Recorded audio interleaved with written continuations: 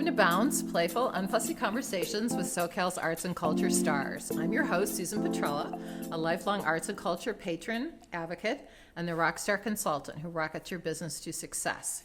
Each Wednesday, I'm hanging out with cool, clever, creative individuals. Today's guest is Ben Brough. Bounce interviewed Ben in April 2024, so we have 6 months to catch up on, and we'll get to that in a moment. Ben's traveled the world as a surfer, self-educated himself by attending any museum art show he could on his travels, and voila. Ben's one of 8 artists in Coastline Gallery's new show exhibit. In fact, it's called 8 Directions. There's 8 artists going in 8 directions. So welcome, Ben. Thank you. Good to see you again. Yeah, same here. Good to So, be here. okay, we've got 6 months to catch up on. But I do want to talk about the new work.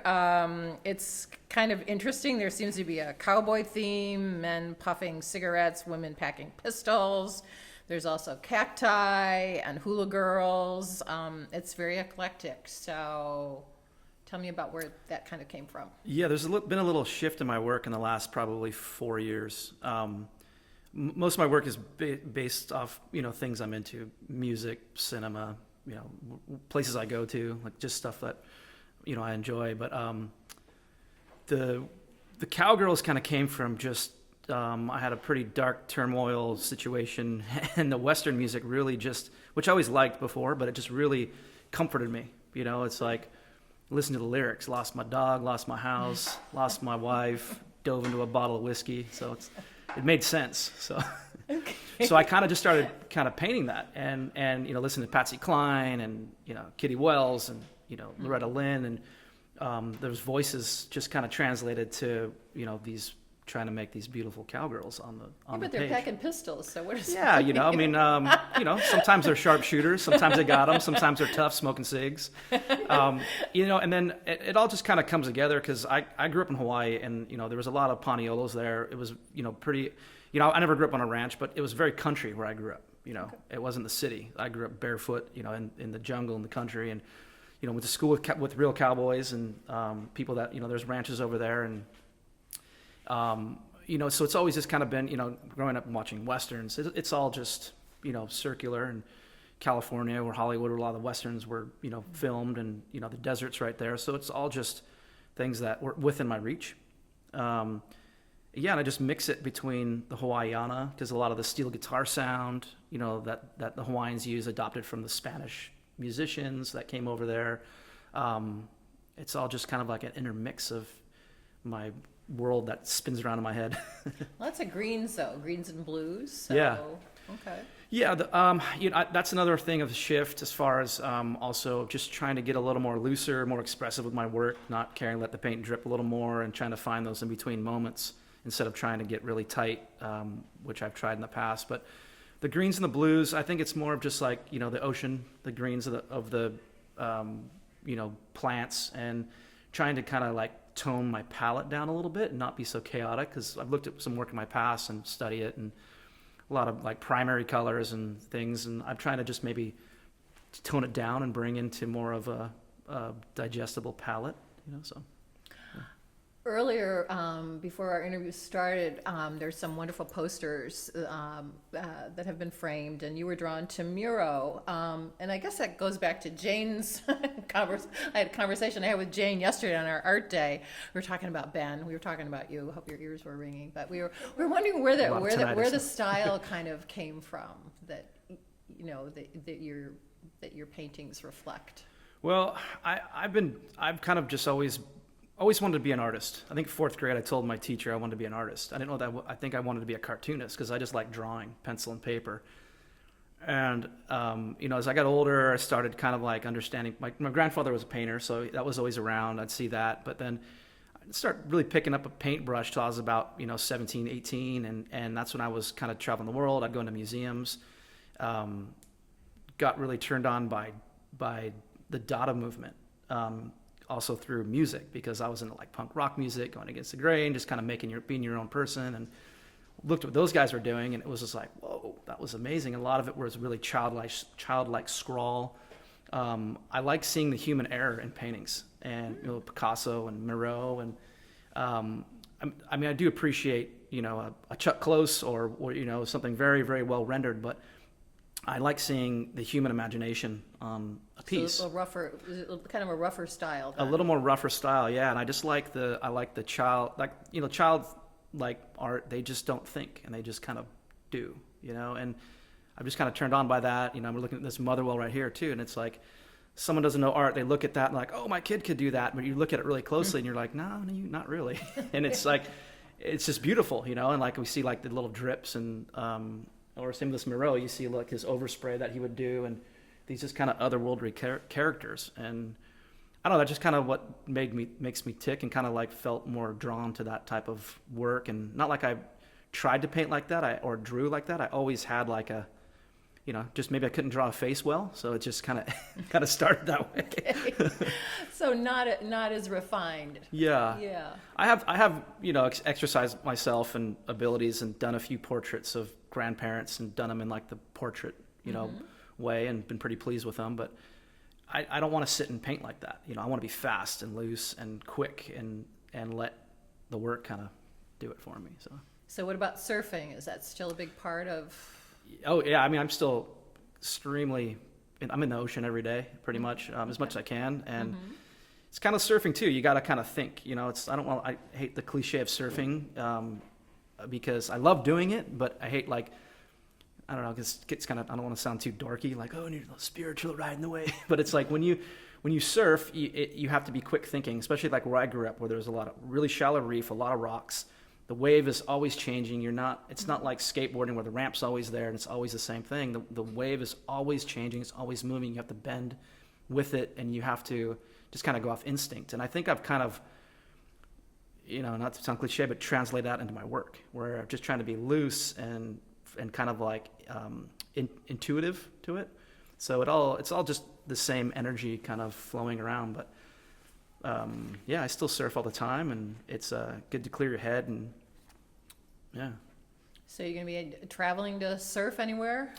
Yes, I'm actually leaving to Europe in about 2 weeks, and I'll be surfing in France and doing some work over there. And one of those big wave areas that they talk about? No, I'm not. I'm like a giant wave surfer. This more of like the South France, where it gets pretty good size, but it's it's still fun. I like to have fun and not try to not die. So you're gonna do some art on your travels? Of course, yeah, absolutely. Yeah, when I travel, I like bringing I usually bring a lot of like watercolor paper with me, kind of stuff I can throw in my board bag and watercolors. But I'll pick up some supplies over there and canvas or two. But always drawing and doing things. And some friends I hang out with are artists as well, so we're always sitting drawing and. I guess did we talk about that, like the process, as to, is it something that you just begin, or do you have like a study, or do you look through, that collection of drawings that you might make like on your travels and say, hey, I want to do something more with that? Yeah, it's both. I mean, it's everything. I don't really have a set way how to do it. Like I'll be sitting around and I'll just draw something stupid and just like, whatever, or I'll have an idea and I'll really research it, look through books, get kind of obsessive about things, subjects, and so it just depends. But then, when I come back, I'll go back to look at some drawings. I mean, I have like stacks of drawings that I've referenced from. But most of the time when I do a painting, it's either have an idea or start with a background, start with a charcoal sketch, and it just comes intuitive. If I'm painting like, let's say, a cowgirl, it's like I know I'll just start with her face. But the colors and the patterns, everything will just start building and working. Something I won't even know what it's going to look like until it's done. Okay. So it just depends. I kind of work in different. I don't really have like a set rules the way I work. And how do you know it's done?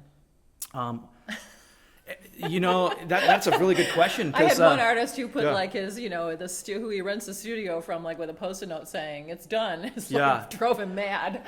I've gotten to like a little rule to myself. If I signed it, it's done. But I've gone and I've tried to like feel weird that if I go back and do it afterwards. But it's more of a feeling. It's like a feeling that's like, okay, that's balanced. Everything looks right. The colors are there. I like that. I like this. A lot of times I'll cover it, paint over again. Sometimes I'll make something, and if it was made to sell and something fell through, didn't sell, or I've just had it for a while, I'll cover it up and I'm like, I shouldn't have done that. Or, so it's all over the road. So you have several works in the exhibit here, 8 Directions, other galleries or other shows you're going to be in or are in? I have a Are talks. collectors knocking at your door? I have some collectors. Fortunately, social media is a great place. I see you on yeah, Instagram yeah. all the time, yes. Yeah, and I have I just invested in a printer, so I've been making little editions of prints, selling on my website, and that's been doing okay. I do have a gallery I show with in St. Louis, and I still have stuff going through with him. But there's a couple talks with some galleries, one in LA recently, so we'll see what happens. But yeah, that's Lips are sealed right now. yeah, and I've done a few shows over the summer. This is actually probably one of the last ones till the end of the year that I'm doing. But I definitely have some commissions I'm working on, and usually commission based. Some collectors or people will hit me up, and or I just kind of do stuff and put it on my website, and people. Do they see something that they want to have, like, something similar done, or do they kind of say, create a completely original body of work? It's a for little me? bit of both. Sometimes it'll come with me with something like I don't paint that. Sometimes I'll have to do it. It's like, it'll be like a cartoon character, riding I don't know. It's just like, okay, but I'll do it, but I won't really like You're not. post it. I mean, the social media is a really weird thing, and I hate to go back to that because we were talking about AI before, and I love the human error and the human spirit, and I want to keep that alive. But you can't deny this whole world we're living in, and I don't know how before we got work out there to the public, because now it's like, I have people in Japan and all over the world looking at my work just because of social media, and it's a blessing and a curse. But I always thought about if that just fails, I'm like, oh my God, okay, how am I gonna? Because that's where I really have been making my living, is through that. So it's pretty bizarre. But I forgot, back to the question. What were we talking about? How do we get that? Is there some stress kind of keeping up with social media? And A little bit, because I don't come from that world, and you got to do these, like, I don't know. I see some artists that have thousands of followers that do these like dances and weird things, and I'm like, I don't get it. What are we doing? But I do like seeing other artists on there. I like seeing their process. Some of them have, everyone has their own way of doing it, and there's great people doing it, and there's some that's just like, come on, are you kidding me? Like, really? But I try not to judge. I just like, hey, it's working for them, but I don't know if that's going to work for me. But it's a really weird. well, your paintings do look, so however you're photographing them, they do look, well on that I've seen. Oh, so. thanks, you. But I was saying anything looks pretty good on that 3x5 looking. Yeah, Well, but yeah, I try to just kind of keep up with it. I try to stay active and on it. I don't know. It's try to keep it moving. So you kind of had a funky space that you were working in, studio space, living space. Is that still the same, or? Yeah, I'm painting out of my bedroom right now, and I actually love it. I've had giant studios. I've had, outdoor studios. I've shared studios. I've worked in a lot. So why do you love your bedroom? It's just kind of intimate. I like going to sleep and waking up to it, but then sometimes you're like, oh, it's just, you can't get away from it, but, yeah, I kind of have this Van Gogh room going on right now, just a, little single bed and all my work around there. And which I like it. It's cool. But, Okay. And I work outside too. So you kind of do, I've worked in, I'll go to the park if I need to. I've worked on the road. I've worked on the edge of a bed, small. I've definitely gone smaller. I prefer, I prefer making bigger works, but, I'm not to say I don't like smaller works. I've just kind of gone a little smaller just for my space, so it's like a. You've got to tell me though about, there's Beach Blanket. Beach Blanket. There's two paintings in the show, Beach Blanket 1 and 2. They're so very different. They're not pistol packing female cowboys, or. Well, they're still on the So tell theme. me about Beach Blanket. They're so different. Yeah, they're still kind of sitting in the theme of the, so it's also surf culture. I grew up, go to Mexico, get a serape, keeps you warm. Okay. It's good to sleep on the beach, and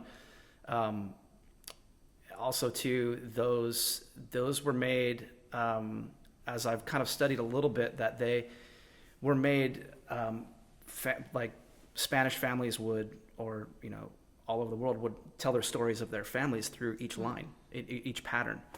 So I don't know. I just started making them because they're all over my house. They're a part of that, and I just have blankets everywhere I go. I pick up a blanket, just have it when you camp or whatever. And Okay. I just started making one day, you know, because I was kind of doing these like Western themes, and you know, there's, you know, Poniolos and Spanish cowboys, and it's all part of it, but they're maybe attempt to go very abstract, because my work's pretty figurative. So, Yeah, I mean, they're very different. yeah. Yeah. I've been doing them for about maybe 3-4 years. Oh, And, okay. I don't really show them. I was going to say, because there's more of those. Oh, there's, yeah, Yeah. quite a bit. I've sold a few just to some private people who like them. I mean, I'm getting good response from them, but I'm still just kind of developing them, and they're fun to make. And, you know, my work is, I like to try to toe the edge between abstract and figuratism, but figuratism, all right? Figurative? Figurative.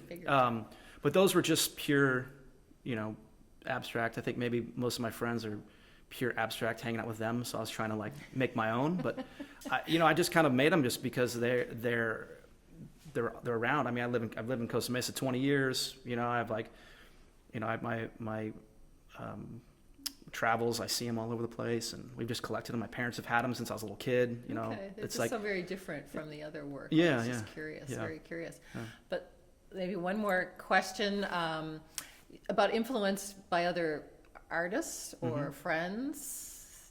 Does that happen in your work? Oh yeah, if I see, I don't know if I, maybe subconsciously, but I mean, I'm influenced all the time by people that I see.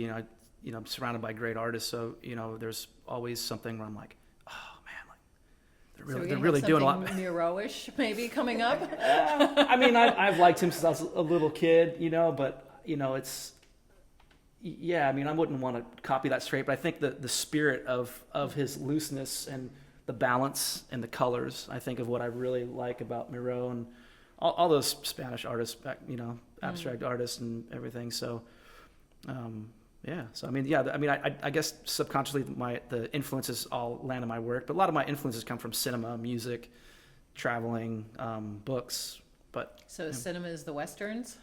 yeah, cinema's the Westerns or the music. But Okay.